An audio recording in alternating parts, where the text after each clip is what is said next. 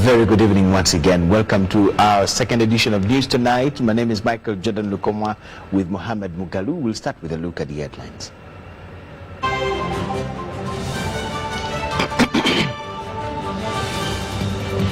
Government dispatches chemicals to spread desert locusts in Karamoja sub-region.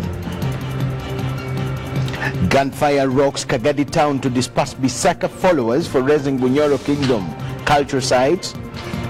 Coronavirus claims 97 lives in one day, but number of infections stabilizes. While Motocross Association of Uganda vows to organize challenge without motor body. Audits news tonight. President Yoweri Kaguta Museveni is back in the country from the Ethiopian capital Addis Ababa, where he joined other heads of state and government for a two-day 33rd African Union Summit. The summit ran under the theme Silencing the Guns, creating conducive conditions for African development. Presidency Minister Esther Mbayo and Head of Public Service John Mitala received the President at Entebbe International Airport today in the morning. Others at the airport to receive the President included the Commander of Uganda People's Defense Air Forces, Lieutenant General Charles Rwanga Lutaya, Assistant Inspector General of Police Andrew Sorowen, and the Commissioner General of Prisons Dr. Johnson Biabasaija.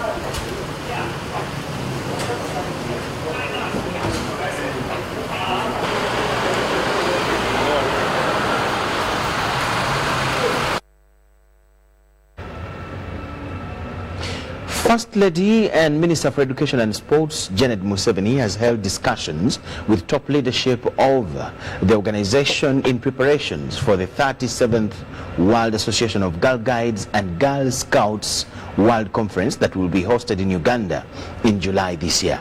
Mrs. Museveni, who is also the patron of the Uganda Girl Guides Association, hailed the work done by the association to promote girls in the country over the years. She promised to work with them to solicit for support for the upcoming Girl Guides Conference. The First Lady recommended former Teso Affairs Minister and a member of the Uganda Girl Guides Association, Christina Mongin, to chair the National Organizing Committee for the conference, which should also co-opt members from other ministries. The Girl Guides leadership also presented a request to government to honor and award medals to the great ladies who have served the association for long in recognition of their contribution to the society and the country Uganda in general. They also updated the First Lady on some of the projects they are implementing in the country, including the alcohol prevention, girls as drivers of change, gender-based violence, free being me, gender equality, my period, my pride, menstrual hygiene management, youth exchange south to south, and the Stop Human Trafficking project. Uganda Girl Guides Association won the bid to host the upcoming conference during the last World Conference held in New Delhi, India in 2017, and is now trying to raise funds to finance the conference scheduled for the 11th to the 17th of July 2020.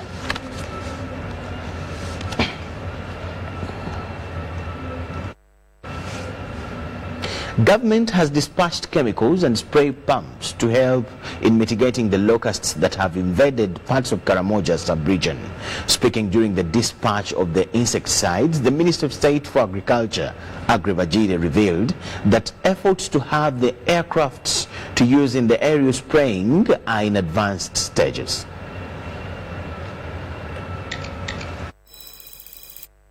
Karamoja region is on the spot after being hit by the deadly locusts. The news that has dominated the media since yesterday has attracted a quick response from both government and stakeholders. because we couldn't buy the drug before they come. What about if we bought it and they could not come?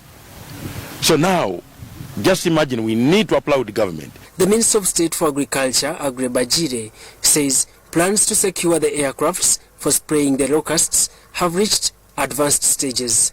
This is after government procured chemicals and spray pumps that have been airlifted from Kololo airstrip to Moroto district to engage the locusts on the ground. That's why you see that in less than 2 hours, when we got the information, our teams were on ground and confirmed. Despite having negative impact to the people, more training are to be effected to ensure the sprays are in line with the environmental conditions. That people that are within this area are informed, for them also to take the appropriate measures to stay inside while we are spraying. The desert locusts are said to fly over 150 kilometers daily and at a high altitude that is uncontrollable. Currently, areas of Kosekei and Kakamongole in Nakapilipit district have been the hit areas. The Uganda People's Defense Forces have also joined the race to mitigate the locusts by sending 2,000 troops to beef up the humanitarian and material needs in the Karamoja sub-region. When we are called upon, resources are mobilized across the government to respond to this crisis. Our soldiers have been training at Olenim, and they will shortly be in the field to support this huge operation. The locusts invasion in Uganda is not by surprise, as recently government secured 11 billion to boost the preparedness of the desert locusts that gained fame in the neighboring countries of Kenya, Ethiopia and Somalia. Daniel Mugoya, reporting for UBC News.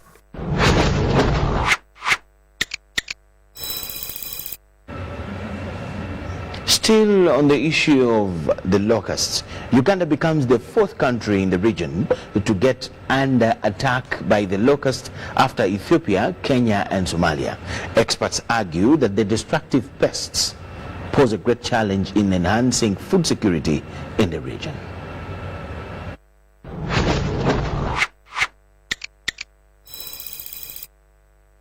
For several decades, Uganda has not been invaded by the deadly locust pests. Quelea bars and the armyworms have been the more regular threat to Ugandan farmers in the recent years. And these birds have swarmed onto our gardens and have virtually eaten everything. Compared to the two, locusts are much more destructive, highly mobile, and breed at a fast rate. This impedes on their ability to effectively combat them. According to experts, a swarm of locusts can travel more than 100 kilometers and can cover as much as 150 kilometers in a day. Desert locusts have in the recent weeks ravaged countries in the region such as Kenya, Somalia and Ethiopia, destroying all vegetation on their path. There are questions that need to be asked at this point in time. One, what is the level of our preparedness? How many planes to spray the locusts have we acquired? How many personnel are already on the ground? What is the safety of the pesticides? It is practically impossible or mockery to intelligence of humankind that this one can be used to control swarms of billions of insects that are destroying our crops and our pasture. It is estimated that to date over 5,000 square kilometers of pasture and cropland have been destroyed in several counties in Kenya, amongst them Mandera, Marsabit, Wajir, Isiolo, Meru and Samburu. The desert locust is potentially the most dangerous of the locust pests because of the ability of swarms to fly rapidly across great distances. It is estimated that desert locusts consume the equivalent of their body weight, which is 2 grams, each day in green vegetation. The significant crop loss caused by swarming desert locusts exacerbates problems of food shortage and is a threat to food security. Unlike Kenya, Ethiopia and Somalia, Uganda locust invasion has found when government is prepared.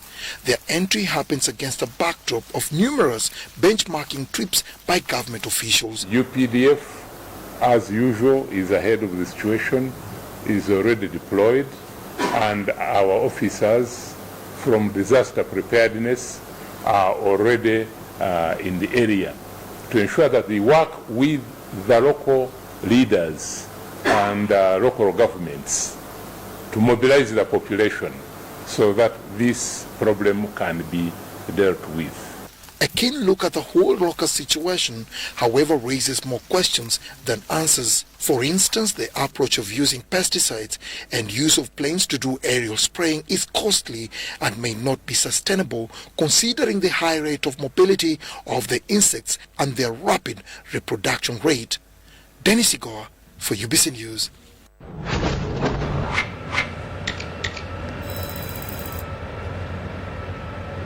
Now, it was on the evening of Sunday, 9th February 2020, that government of Uganda confirmed the invasion of the desert locusts in Namuda district, Karamoja sub-region.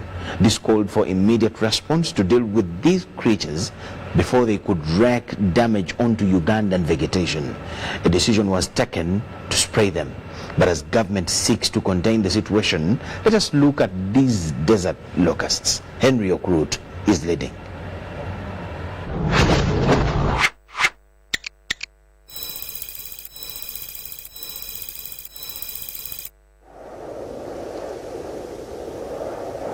When morning comes, desert locusts rise with the rest of the creatures in the world. And when the sun sets, they too retreat somewhere to stay, just like the rest of the creatures. But by the time these pests rest in the evening, they have destroyed all visible vegetation. The desert locust is a species of locust pest comprising a swarm of short-horned grasshoppers.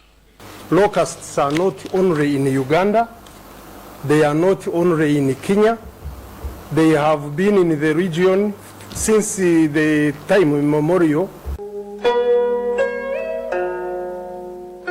It has a life cycle consisting of 3 stages: the egg, the nymph, also known as a hopper, and the winged adult. Just like other living things, its population is multiplied through copulation. This takes place when a mature male hops onto the back of a mature female and grips her body with its legs. The process takes place several hours, and one insemination is sufficient enough for a batch of eggs to result into increased locust population. So the breeding grounds are quite vast, and if it goes undisturbed in terms of control, while the insects are still in the phase of nymph, they have a tendency to become a problem. Such multiplication is a threat to existing vegetation. Agricultural productions in Africa, Middle East and Asia have suffered under the gluttonous invasion by these pests for centuries. So the swarms that we have seen is because this for some time they went undisturbed, and they have evolved in a pest that are taking control. Available information has it that the livelihood of at least 1/10 of the world's human population can be affected by these voracious insects. Statistics show that 40 million locusts can eat up to 80 million tons of food per day, ranging from crops, pasture and other vegetation. As a result, 35,000 people, 20 camels and 6 elephants may suffer hunger if 80 million tons of food is feasted on by desert locusts. The implication of that is food insecurity. So, when locusts invaded Kenya in December 2019, the Pearl of Africa was put on a red alert. As we talk now, there's a big problem which is in Kenya. The locusts have already invaded Kenya. They are in Samburu. We anticipate there are more than 5 different swarms. each swarm containing not less than over 2 million locusts. Hardly after 2 months, Amdat district in the Karamoja sub-region of northeastern Uganda has been invaded by desert locusts blown from Samburu in Kenya. Authorities must react to prevent history from repeating itself, where crop loss caused by locusts was noted in the Bible and the Quran. These insects have been documented to have contributed to the severity of a number of Ethiopian famines.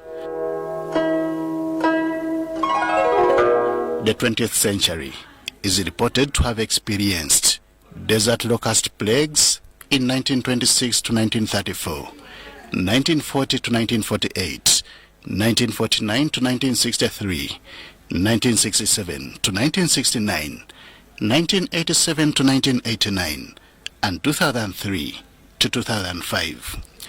Uganda and Kenya are currently battling desert locusts with hope that they succeed. Henry Okrut, UBC.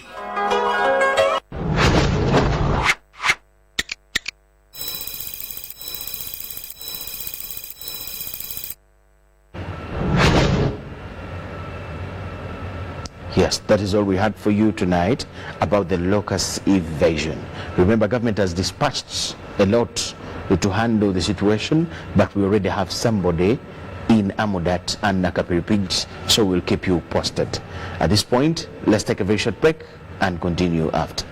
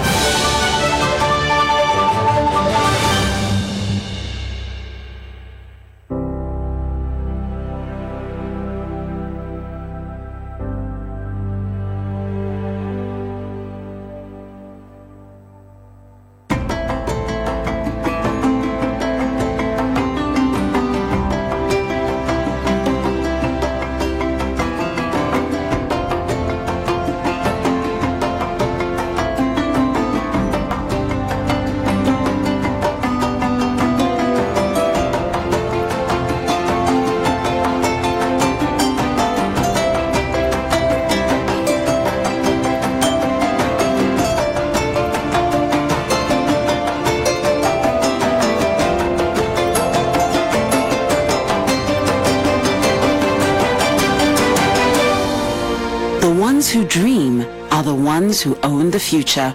What's your next dream? Let's create it together.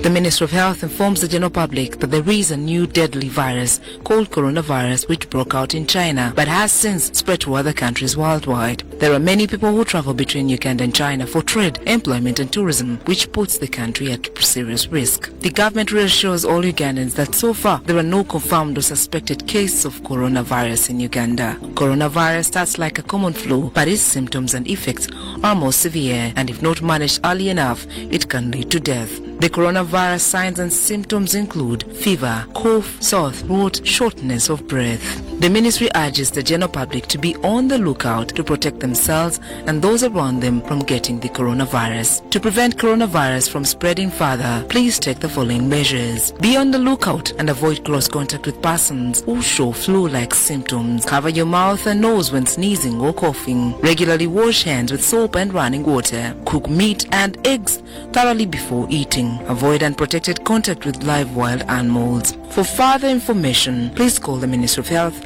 toll-free number on 0800 1000 66 or send a free SMS to YouReport on 8500. These messages from the Ministry of Health with support from UNICEF and WHO. That's my little angel Rose. Together with millions of other children, my daughter Rose is assured of learning something new every day. Moses, my husband, just like many other commercial farmers, has his business supported so he can provide for us. When my other little one was on the way, even with my pregnancy complications, it was a quick, smooth ride to Mulago Specialized Women and Neonatal Hospital. Also, Also, my new baby was able to make it through his first days with the help of specialized equipment thanks to the reliable electricity which has also been extended throughout the country. All this and more has been made possible because of you. Join us and together let's do more for our country. Get your free tin at www.ura.go.ug. Thank you for paying your taxes. Uganda Revenue Authority, developing Uganda together. It's no secret that ICT makes learning easy. The strides made in our field could not be possible without it.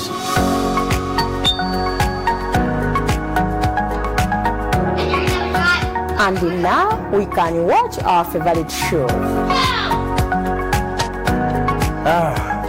My radio is my best friend. UCC provides an enabling regulatory environment and policy guidance for healthy competition. We also facilitate ease of doing business in the communications sector through licensing, standardization, spectrum management, tariff regulation, rural communication development, and consumer empowerment. An informed consumer is an empowered consumer. UCC supports local content and innovations. Driving the development of a robust communication sector in Uganda is Uganda Communications Commission.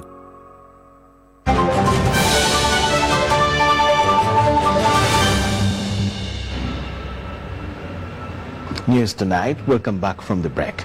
Live bullets rocked Kakumiro town after the Owobusobozi Bisaka believers of Faith of Unity attacked and burnt down a cultural site attached to Bunyoro Kingdom at Semwewema Hill. The cultural site keepers, armed with spears and pangas, struggled to block the Faith of Unity believers from accessing the place.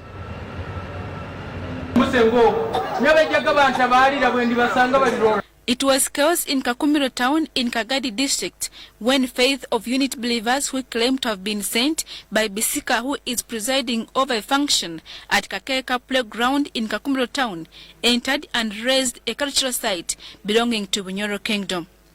Over 5 people have been arrested and several others injured. There was commotion as people pelted stones against Bisika followers. The UPDF from Kabamba Barracks in Mubende district and police were called in quickly to calm the situation.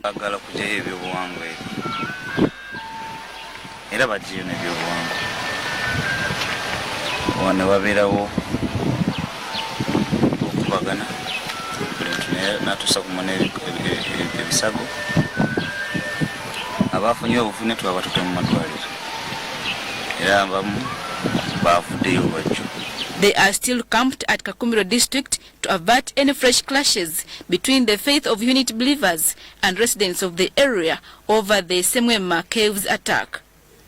Adiana Kute, UBC.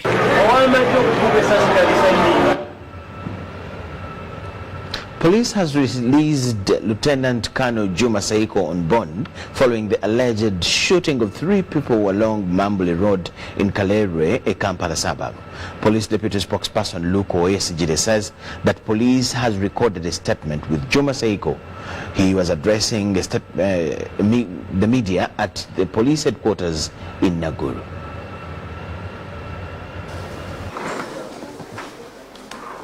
Police has given bond to Lieutenant Colonel Juma Seiko following the alleged shooting of 3 people who were rushed to Mulago Hospital in critical condition. The victims have been identified as Ali Juko, Cassidy Zimula, and Joseph Lule, who are believed to have sustained injuries from the gunshots. We were able to record his statement, and of course he was also having quite some bruises, and we gave him bond.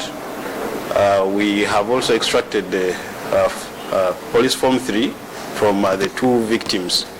Right now I can confirm 2 victims were shot. The other victim was in too much shock that he fainted, and he has only recuperated today morning.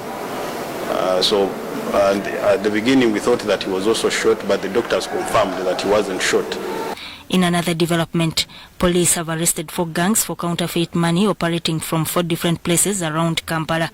Police spokesperson Fred Nanga urged Ugandans to be vigilant on counterfeit notes which could be in circulation. Exhibits have black counterfeit notes in US dollar bills as well as 50,000 denominations, Uganda shillings. This one they would also use to dupe their clients or innocent buyers, indicating to them that the chemical that they have can be used in cleaning the black counterfeit notes into genuine money. So that there were also different cases of defilement reported in Busia and Butambala. Our police in Butambala and also in Busia arrested a grandfather and also a father in two separate incidents of aggravated defilement. Police is looking for Reverend Mwesugwa Isaac, a student of Uganda Christian University who was allegedly kidnapped from Misindye, Setamukono district. Sudat Kai reporting. Youth from different political parties on the opposition have urged their members to participate in the upcoming Youth Council elections if they want to see change in the political settings of Uganda. The youth headed by Mityana Municipality MP Francis Zake say that the youth form 75% of Uganda's population and therefore they have the right to determine their destiny. This was during a press conference at Parliament. For other village levels. So we call out the youths from all the villages, the 6,520 villages to go and contest for these elections. Because when you're in the Youth Council elections, you have to be a member of the village executive committee to be able to vote at the parish council, to be able to vote for the parish council committee. You have to be a member of the parish council executive committee to vote for the sub-county executive committee. You have to be a member of the sub-county executive committee to vote for the district committees, and you have to be a member of the district executive committee. You have to be either secretary for female affairs, secretary for finance, or chairperson to vote for the national executive committee, which is made up of 11 people. mwe abali mwenaremu tubagira omulundi guno tugenda kuba tuyingira obululu obwo ate tugenda kubanga tukolera wamu ku mulundi guno mu bululu buno obwabavubuka okusookera ddala. But when we get this number by village level, it will be a better platform for the youth. All you need is to be a young person between 18 and 30 years of age, and the nation you registered voter in the. Thousands of people received the Jan and Luwum pilgrims into the northern Uganda town of Gulu this morning. The arrival of the pilgrims almost brought business to a standstill as residents joined in ululations, dance and prayers at both the main market and at Christ Church. The residents of Gulu district in northern Uganda welcomed the Janan Luwum pilgrims with dances and prayer on the streets of Gulu town. The pilgrims then held prayers at the Gulu main market before proceeding to Christ Church for prayers and breaking fast. We are very grateful that the pilgrims have been received here peacefully, because Janani has died for peace, and so they have been received here peacefully. They are now just been given some tea and breakfast. The pilgrims were given money and food items by the people as support to their long journey to Wigweng in Muichwin, Kitgum district. Janani Luwum was born in 1922 in Muichwin village, Kitgum district. He died on 17th February 1977 after an arrest by allegedly former President Idi Amin's soldiers.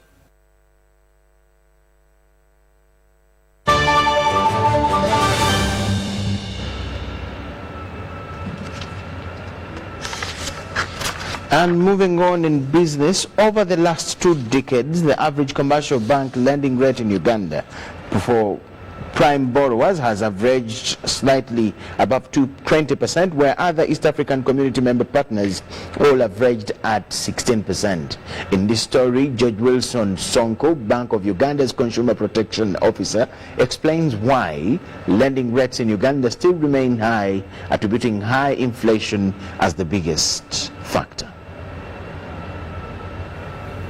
Every 2 months in a financial year, the governor of the Bank of Uganda announces the central bank rate. Today, the central bank rate, which is based on the general shifts in the prices of goods and services rendered in the economy, is at 10%. The central bank rate has become an essential baseline for commercial banks while setting lending rates. Currently, commercial bank lending rates range from 20 to 28%. There are three things that happen the governor can do when he's setting the central bank rate. Of course, he can choose to increase it. And when he chooses to increase it, it's an indication that from the assessment of the economy, they see that the interest rate, the inflation, which is really the general the change in the general price level of goods and services in the economy is going to increase in the next 12 to 18 months. So when that happens, that has a knock-on effect into the interest rates. Because banks have high overhead costs, lending interest rates by commercial banks came to be high due to their operational costs. Then of course the other thing is we must appreciate that private banks are running business. So there's a cost of doing business. And when I talk about cost of doing business, we need to think about the salaries they pay their workers. We need to think about the internet they pay to keep their networks running.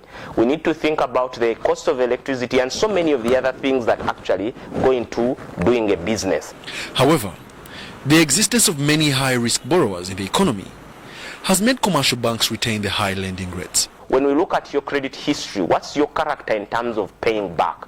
If we assess that your character is one where your credit reference report is telling us, that man doesn't pay very easily, we are going to put a higher surcharge on your amount. Also, the other thing I appeal to Ugandans is to regularly check on their credit scores. You are allowed to get one free credit report each year. So I encourage Ugandans to also go get that report and see how your credit score looks at the end of a year. According to a 2018 Bank of Uganda report, Uganda's average lending rates since 2000 are higher compared to those of other East African Community partner states, with Kenya at 16%, Rwanda at 16.5%, Tanzania at 16.3%, and Uganda at 21.4%. Wadilo Mark-Arnold in Kampala for UBC News. Thank you, Mark. Ford Foundation has earmarked $25 million to bridge the gap of income inequality in East Africa for 5 years. Ford Foundation Regional Director Maurice Makolo says that corruption and its impact on societies goes beyond finances but cuts across the fabric of society. An American civil society organization has invested over $25 million to address the challenges of inequality in the 3 East African countries. Among others include Uganda, Kenya and Tanzania. Maurice Makolo, the regional director, Ford Foundation, said that the public is now extending the disengagement to the civil society, who they now see as unrepresentatives of their interests and worse, self-motivated, which has huge implications on the strength of the societies to hold public officials accountable. It is critical to respond to the immediate threats on civic space and civil society, including countering policies against freedom of expression, association and assembly, and efforts to restrict or harm social justice. Leaders, including through the deployment of technology. Because without this, the very existence of civil society and its ability to reduce corruption is at risk. The Ford Foundation Regional Director, East Africa, urged young people to survey opportunities that influence decision-making. Stakeholders and guarantees, including Anna Adeke, Dennis Pato, the Director, Vijana Corps, Sarah Birete, and Associate Director, Center for Constitutional Governance, participated in the event. You're talking about unreasonable expectations of monetary benefits during election times, where because the trend has been set for young people in this country that when it's election time, you give your vote to the highest bidder. You give your vote to the person who gives you a shilling, who gives you a bucket of salt, who gives you this and that. You're talking about for such situations would be to focus on education, because education is really an equalizer in life. But what quality of education? Because the girl in Teso sub-region walks over 10 kilometers to go to school. For now, citizens must engage policy so that change can be imminent. Gloria Butabinji compiled this report. On the international scene, before we go to the international scene, let us look at the money exchange rates and see how our Ugandan shilling is faring with other currencies.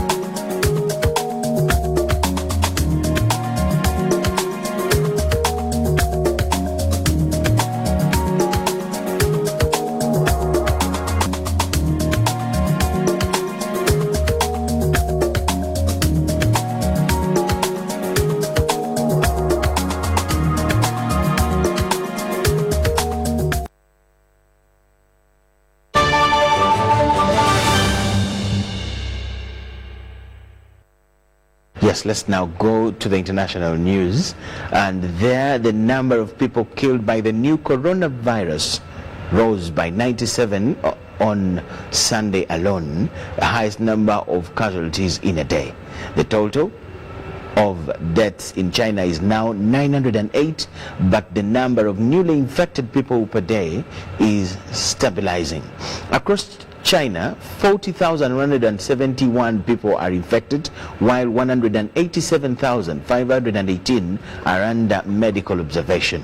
Meanwhile, 60 more people have tested positive on a cruise ship quarantined in Japan, meaning that 130 out of 3,700 passengers have caught the virus. The Diamond Princess ship is on a 2-week quarantine off Yokohama after a passenger who earlier disembarked in Hong Kong tested positive.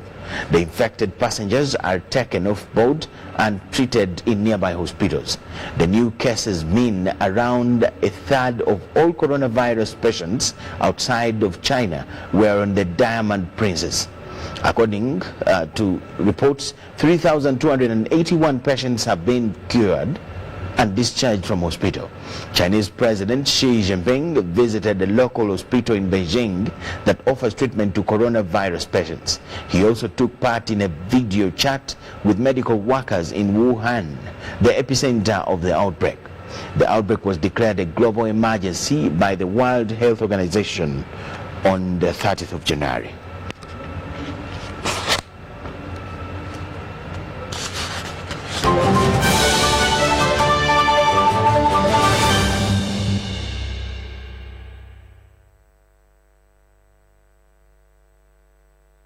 Cross Association of Uganda has vowed to go ahead and organize an event dubbed as a motocross challenge due this weekend in Busika, despite being not sanctioned by the mother body that governs motorsport in the country.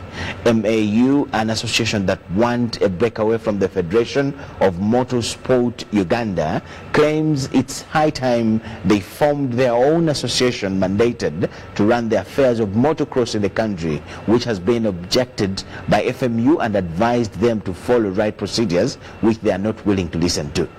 Team captain Maxime Van P has said that they feel it's an honor for them to start organizing their own events separate, as most of the preparations are done by their riders and rider parents of the sport. He adds that they have faced with a lot of difficulties in the organization of the events, which he cited as not being helped by FMU. FMU has, however, advised the purported association to first have a dialogue and follow right procedures, something they are not willing to listen to, and confirmed to hosting their first event of the year this weekend on Sunday. So the kids will rally that having both, it would just be doing things halfway. And if they can focus on rally, as we focus on our own thing, and we grow the sport. In the end, we're not doing this for business. None of us are in this for money. None of us make money from this sport. I'm telling you. The people who are riding, us, the riders who have been here for long, the Ali Omar, the Sentamu, me, we're not riding for money. We have spent, but it's not for money that we're doing it. It's really for the good of the sport. And when you see all these kids who are improving, getting new bikes and all that, sponsors being interested to come on board only without FMU, you start thinking, man, like, why don't we just stand alone, we do our thing and make the sport grow.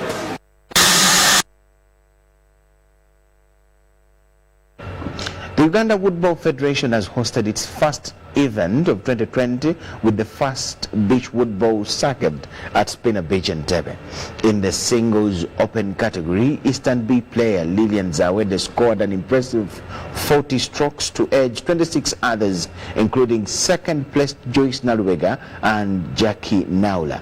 In the men's singles category, Ronald Mulindo of Makerere University Business School scored 37 strokes and beat Bridge Byamukama by just one and was 2 ahead of third-placed Godfrey Tawango.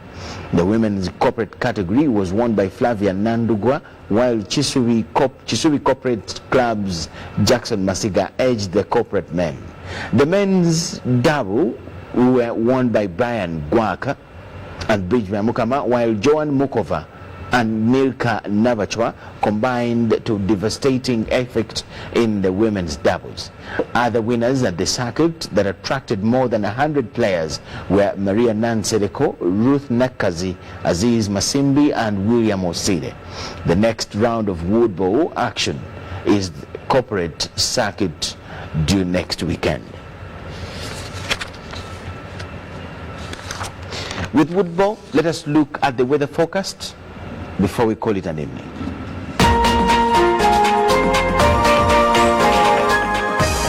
Brought to you by NEMA, ensuring sustainable development.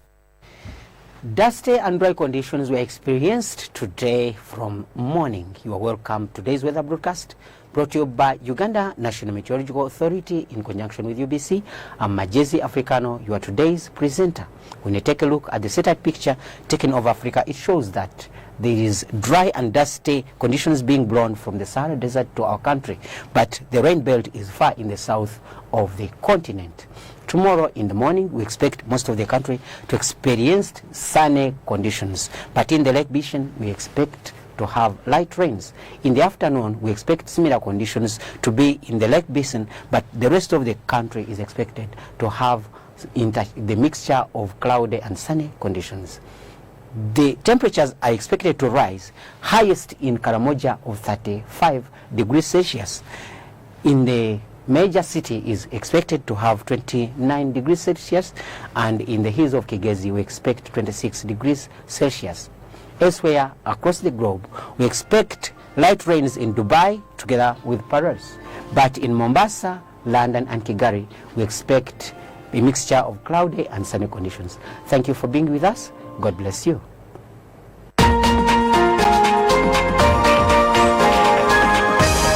Brought to you by NEMA, ensuring sustainable development.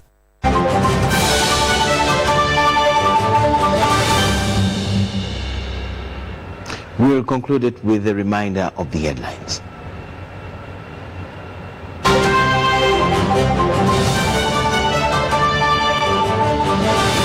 Government of Uganda has dispatched chemicals to spray desert locusts in Karamoja. Gunfire rocked Kagadi town to disperse Bisaka followers who raised Bunyoro Kingdom cultural sites. Coronavirus has claimed 97 lives in one day, while Motocross Association of Uganda has vowed to organize challenge without mother body FMU sanction.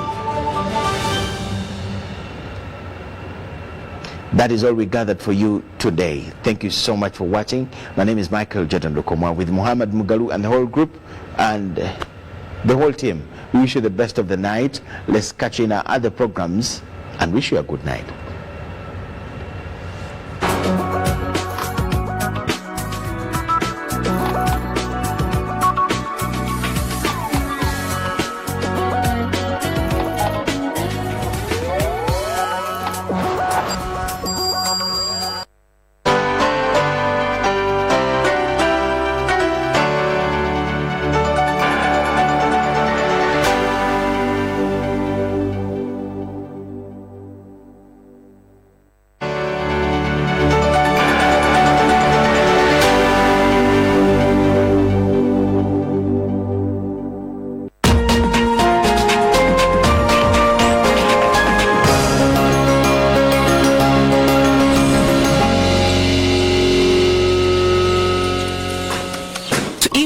inequality.